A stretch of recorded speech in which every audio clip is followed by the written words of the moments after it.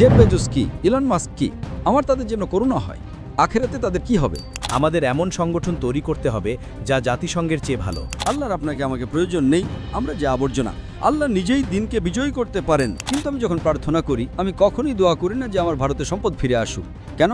চলে গেছে, আমি 700 গুণ বেশি পেতে যাচ্ছি। তুমি আল্লাহর পথে একটা শস্যকণা দাও, আল্লাহ 7টি শীষ দেবেন, প্রত্যেকটি শীষে 100টি শস্যকণা থাকবে, 700 গুণ লাভ। ওয়ালাইকুম আসসালাম। আমার নাম মানিসা সার্ভোজি। আমি ব্র্যান্ড গিগস ইঙ্ক নামে একটি কোম্পানি থেকে এসেছি। আমরা সোশ্যাল এন্টারপ্রাইজ, সামাজিক উদ্যোগ নিয়ে অনেক কাজ করি। আমার প্রশ্ন, নবীর সময় থেকে সামাজিক উদ্যোগের উদাহরণগুলো কি কি এবং আমরা কিভাবে এখন তা গ্রহণ করতে পারি? গতকাল ডক্টর সাজিদ বলেছিলেন যে ইসলাম পুঁজিবাদ এবং কমিউনিজমের মধ্যবর্তী পথ। তাই নবীর সময়ে সামাজিক উদ্যোগের উদাহরণগুলো কি কি? সামাজিক উদ্যোগের উদাহরণগুলো কি কি? হ্যাঁ, এবং কিভাবে আমরা এখন তা গ্রহণ করতে পারি? এবং কিভাবে আমরা এখন গ্রহণ করতে পারি? হ্যাঁ, এমন কিছু যা আমরা ইতিমধ্যে করছি না। দুঃখিত, আমি শুনতে পাচ্ছি। এমন কিছু যা আমরা ইতিমধ্যে করছি না, এমন কিছু যা আমরা নবী মোহাম্মদ সাল্লাল্লাহু আলাইহি ওয়াসাল্লামের সময় থেকে গ্রহণ করতে পারি। আপনি চান, আপনি বলেছেন এই ডক্টর, আমি বক্তৃতা শুনিনি তাই আমি পারি না। আপনি বলেছেন ডক্টর সাজিদ বলেছেন যে নবীর সময়ে আমরা সামাজিক উদ্যোগ, মূলত সামাজিক উদ্যোগগুলো পুঁজিবাদ এবং কমিউনিজমের মাঝখানে। কিন্তু আমি আপনার দৃষ্টিকোণ থেকে জানতে আগ্রহী এবং আপনার জ্ঞান ও অভিজ্ঞতা থেকে, নবীর সময় কি সামাজিক উদ্যোগের উদাহরণ আছে যা আপনার নজরে এসেছে? আমি ব্যক্তিগতভাবে জানি না ডক্টর সাজিদ ওমর কি প্রসঙ্গে উল্লেখ করেছেন। অবশ্যই। কিন্তু যদি আপনি আমাকে জিজ্ঞেস করেন আমি কি সামাজিক উদ্যোগের উদাহরণ দিতে পারি যা পুঁজিবাদ এবং কমিউনিজমের মাঝখানে, আমি বায়তুল মাল সম্পর্কে বলবো। আমরা জাকাত সংগ্রহ করি।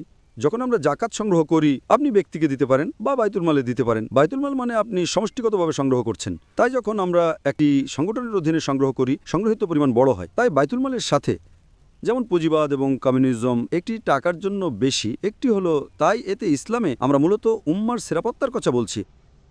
তাই ইসলামে যে বায়তুল মাল আছে তা সমাজের উন্নতির সেরা উদাহরণ। কেউ অসুস্থ হলে আপনি অসুস্থতার যত্ন নিতে পারেন, কারো শিক্ষার প্রয়োজন হলে আপনি শিক্ষার যত্ন নিতে পারেন, যদি নির্দিষ্ট কিছু জিনিসের প্রয়োজন হয়। তাই বায়তুল মালের সাথে যখন আপনার সমষ্টিগত জমা পুলিং থাকে তা বড় সমস্যা সমাধান করতে পারে, যা অন্যথায় ওরা যায় না। আশা করি উত্তরটি পেয়েছেন। ধন্যবাদ। আমরা কি পরের প্রশ্ন নিতে পারি ভাই? আমি চকুগু মোহাম্মদ নাসির, মিয়ানমার থেকে। আমি এম রিসোর্স ফাউন্ডেশন এনজিও এর প্রতিষ্ঠাতা এবং নির্বাহী পরিচালক। আপনার কাছে আমার প্রশ্ন হলো, এই এসডিজির মাধ্যমে বিশ্বকে পরিবর্তন করতে আমি বিশ্বাস করি যে আমাদের এমন সংগঠন তৈরি করতে হবে যা জাতিসংঘের চেয়ে ভালো। আপনি কি একমত বা একমত নন? যদি আপনি একমত হন তবে আপনার পদক্ষেপগুলো কি? শুধু আমরা লেকচার দিই, কিন্তু বাস্তবে, প্র্যাকটিক্যালি। ধন্যবাদ। ভাই প্রশ্ন করেছেন যে বিশ্বকে একটি ভালো জায়গা করার জন্য আমাদের ইউএনওর চেয়ে ভালো একটি সংগঠন প্রয়োজন। নবীর চেয়ে ভালো কোনো উদাহরণ নেই এবং সেরা সংগঠন হলো খেলাফত। খেলাফতের চেয়ে ভালো কোনো সংগঠন নেই। এটি আগে ছিল, এটি 100 বা 200 বছর আগে তুরস্কে বিলুপ্ত করা হয়েছিল। আমাদের এটি পুনঃপ্রতিষ্ঠা করতে হবে যদি মুসলিমরা ঐক্যবদ্ধ হয়। আল্লাহ সূরা আল ইমরান অধ্যায় 3:103 খুবই স্পষ্টভাবে বলেছেন, ওয়াতাসিমু বিহাবলিল্লাহি জামিআ ওয়া লা তাফাররাকু। আল্লাহর রশিকে শক্ত করে ধরো এবং বিভক্ত হও না। সেরা হলো খেলাফত। যদি আমরা মুসলিমরা ঐক্যবদ্ধ হই, আমরা একটা শক্তিশালী শক্তি হব। আজ আমরা দেখি আমরা মুসলিমরা বিশ্বে 25%, 26%-এর বেশি, 2 মিলিয়নের বেশি। এটা আমাকে নবীর হাদিসের কথা মনে করিয়ে দেয় যে এক সময় সবাই মুসলিমদের পর ঝাঁপিয়ে পড়বে। সাহাবারা জিজ্ঞেস করলেন, মুসলিমরা কি সংখ্যায় কম হবে? তিনি বললেন, না, আমরা ফেনার মতো হব। বিশাল সংখ্যা কিন্তু ফেনার মতো, কোনো মূল্য নেই। তাই আজ মুসলিমদের সাথে তাই ঘটেছে। মুসলিম জনসংখ্যা ইতিহাসে সর্বোচ্চ। বিশ্বের আগে কখনো 2 বিলিয়নের বেশি মুসলিম ছিল না। বিশ্বের আগে কখনো 26%-এর বেশি মুসলিম ছিল না। কিন্তু আমরা এখন কোথায়? দেখুন, আমরা বসে থাকা হাঁসের মতো। ভিডিওটি ভালো লাগলে চ্যানেলটি সাবস্ক্রাইব করুন। আমাদের নবী 1400 বছর আগে সমাধান দিয়েছেন।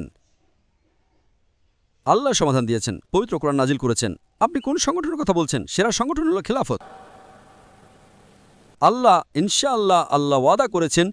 আমি এই উত্তরটা শেষ করতে চাই। আল্লাহ অন্তত 3টি ভিন্ন জায়গায় ওয়াদা করেছেন। টানেলের শেষে আলো আছে। আল্লাহ অন্তত 3টি ভিন্ন জায়গায় ওয়াদা করেছেন। সূরা তাওবা অধ্যায় নম্বর 9 আয়াত 33, সূরা ফাতা অধ্যায় নম্বর 48 আয়াত নম্বর 28 এবং সূরা সাফ অধ্যায় নম্বর 60 আয়াত নম্বর 9। হুয়াল্লাযী আরসালা রাসূলাহু বিল হুদা ওয়াদ দীনিল হক লিইয়ুযহিরাহু আলা দীনি কুল্লি। যে আল্লাহ তার রাসূলকে হেদায়েত এবং সত্য দিন সহ পাঠিয়েছেন যাতে এটি অন্য সমস্ত ধর্মের উপর বিজয়ী হয়। তা কমিউনিজম, সমাজতন্ত্র, পুঁজিবাদ, খ্রিস্টান ধর্ম, হিন্দু ধর্ম, বৌদ্ধ ধর্ম, ইহুদি ধর্ম, যাই হোক না কেন, ইসলাম সবকিছুর উপর বিজয়ী হতে নির্ধারিত। এবং আল্লাহ এক জায়গায় বার্তা শেষ করেছেন এই বলে যে, এবং সাক্ষী হিসেবে আল্লাহই যথেষ্ট। এবং 2 জায়গায় আল্লাহ বলেন, মুশরিকরা যতই অপছন্দ করুক না কেন, আল্লাহর আপনাকে আমাকে প্রয়োজন নেই। আমরা যে আবর্জনা, আল্লাহ তার দিনকে বিজয় করতে একাই যথেষ্ট। এই দিন বিজয়ী হবে এবং আমাদের প্রিয় নবীর সহিহ হাদিস অনুযায়ী ইনশাআল্লাহ মুসলিমরা 7 বছর পুরো বিশ্ব শাসন করবে। ভিডিওটি ভালো লাগলে চ্যানেলটি সাবস্ক্রাইব তাই করুন। খেলাফত ফিরে আসবেই, আপনি চান বা না চান, আমি চাই বা না চাই, এটি ফিরে আসবেই ইনশাআল্লাহ। আমাদের পদক্ষেপ কি হতে পারে? আল্লাহ মানুষ যত এটা আটকানোর চেষ্টা করুক না কেন, এটা নির্ধারিত। আল্লাহ কোরআনে বলেছেন, অনেক সহিহ হাদিস আছে, আমরা আল্লাহর কাছে প্রার্থনা করি যেন আমরা জানেন শুধু অনুঘটক হতে পারি, আমরা যেন মাধ্যম জারিয়া হতে পারি ইসলামকে আবার সেরা হতে দেওয়ার জন্য। এটা নিশ্চিতভাবে হবে। সূর্য থাকতে থাকতে আমাদের খড় শুকাতে হবে। আল্লাহর আপনাকে আমাকে প্রয়োজন নেই, আমরা যে আবর্জনা।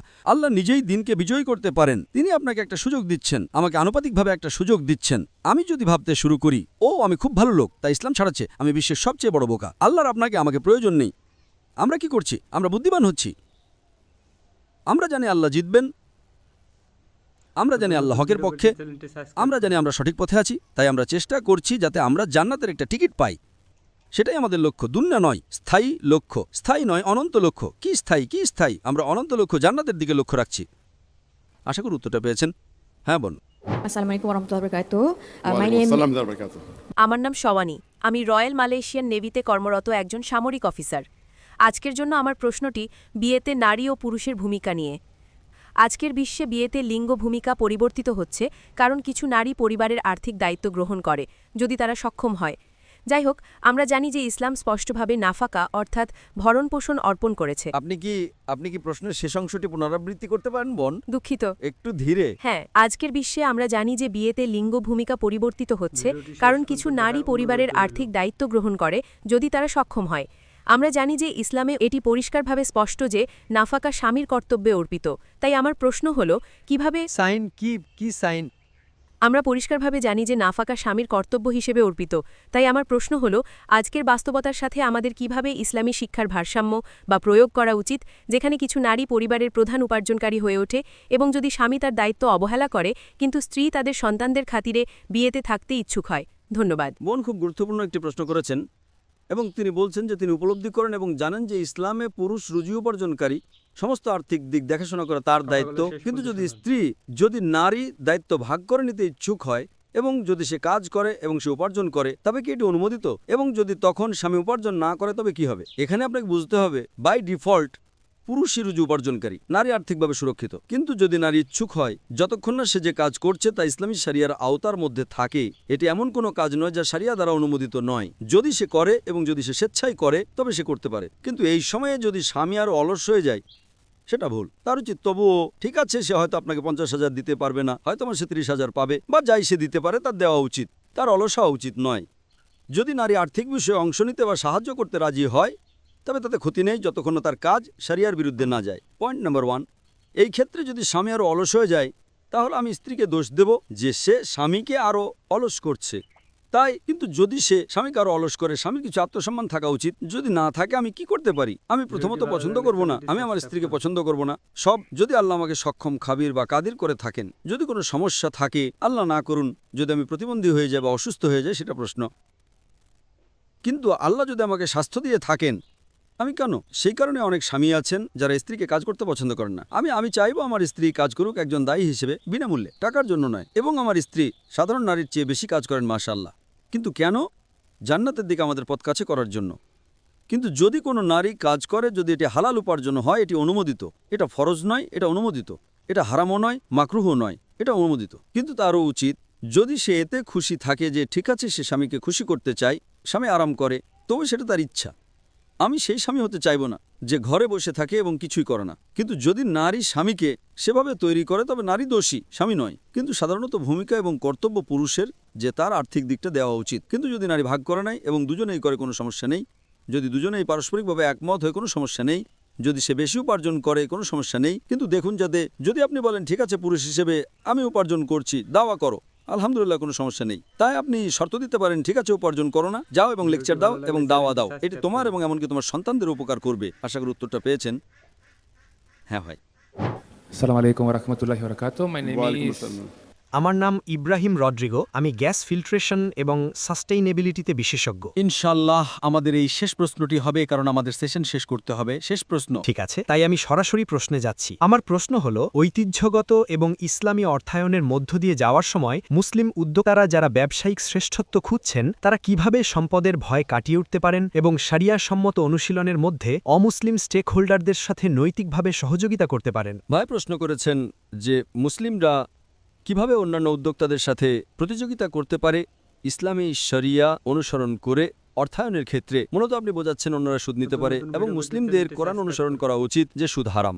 আমরা কিভাবে প্রতিযোগিতা করতে পারি? আমি বিশ্বাস করি যদি আপনি শরিয়া নীতি অনুসরণ করেন, আমি interest free economy promulgated by the Quran, Quran দ্বারা প্রবর্তিত সুদমুক্ত অর্থনীতি নিয়ে বক্তৃতা দিয়েছি। এটি আমার বক্তৃতা, কোরআন দ্বারা প্রবর্তিত সুদমুক্ত অর্থনীতি।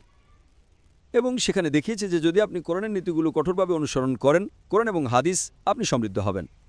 একটি নীতি, সংক্ষিপ্ত নীতি, আল্লাহকে আপনার ব্যবসায়িক অংশীদার করুন। আমি আল্লাহকে আমার ব্যবসায়িক অংশীদার করি। এবং যদি আপনি ধনী হন, আমি তাদের পরামর্শ দিই, যখনই আপনি আল্লাহকে আপনার ব্যবসায়িক অংশীদার করবেন, তাকে ছোট ব্যবসায়িক অংশীদার করবেন না, তাকে বড় ব্যবসায়িক করুন। ঠিক ঠিক না ভুল? আপনি কি আল্লাহকে ছোট ব্যবসায়িক অংশীদার করতে পারেন না। তাকে বড় ব্যবসায়িক অংশীদার করুন। তাই আমি আমার ছেলেকে 2 বছর আগে বলেছিলাম, যখন সে ব্যবসা শুরু করেছিল, দেখো যে তুমি যাই লাভ পাও কমপক্ষে 51% আল্লাহকে দাও। সুবহানাল্লাহ, কমপক্ষে। আমি একজন ভেটেরান, আমি বেশি দিই। কতজন এই ফর্মুলা অনুসরণ করতে ইচ্ছুক? হাত তুলুন। কতজন এই ফর্মুলা অনুসরণ করতে ইচ্ছুক? যাই আপনি উপার্জন করেন 51% চ্যারিটি দেওয়া। ইসলামে আপনার অতিরিক্ত সম্পদের 2.5%, 2.5%, ওটা ন্যূনতম। এটি ফরজ নয়। আমি বলছি এটা ভালো। কারণ প্রতিযোগিতা, মাশাআল্লাহ, সাহাবীরা তারা অটল। তারা উদাহরণ, আবু বকর রাদিয়াল্লাহু আনহু তার সব সম্পদ দিয়েছিলেন, ওমর রাদিয়াল্লাহু আনহু তার অর্ধেক সম্পদ দিয়েছিলেন। যদি আপনি এই ফর্মুলা অনুসরণ করেন, আপনাকে পেতে হবে। আল্লাহ আপনাকে পরীক্ষা করবেন, আল্লাহ আপনাকে ক্ষতি দেবেন এবং দেখবেন কি হয়। আমাকে বিশ্বাস করেন, আমি এই ফর্মুলা প্রয়োগ করছি যখন থেকে আমি দাওয়া শুরু করেছি। এবং তারপর আমি প্রার্থনা করেছিলাম যখন আমি ভারতে ছিলাম যে, হে আল্লাহ, নাও আমার সম্পদ এবং আমার জীবন তোমার জন্য উৎসর্গ হোক। তাই 2016 সালে আমি হিজরত করলাম। আমার সব সম্পদ আমি পেছনে ফেলে এসেছি। তাই আল্লাহ আমার অর্ধেক দোয়া শুনেছেন। আমার সম্পদ চলে গেছে, আমার জীবন এখনো আছে। আমি দ্বিতীয় অর্ধেক আল্লাহর দ্বারা কবুল হওয়ার অপেক্ষায় আছি ইনশাল্লাহ। কিন্তু আমি যখন প্রার্থনা করি, আমি কখনই দোয়া করি না যে আমার ভারতের সম্পদ ফিরে আসুক। কেন? চলে গেছে। আমি 700 গুণ বেশি পেতে যাচ্ছি। আল্লাহ সূরা বাকারা 261 নম্বর আয়াতে বলেন, তুমি আল্লাহর পথে একটা শস্যকণা দাও, আল্লাহ 7টি শীষ দেবেন, প্রত্যেকটি শীষে 100টি শস্যকণা থাকবে। 700 গুণ লাভ, 70,000%। কোন ব্যবসা আপনাকে 70,000% দেয়?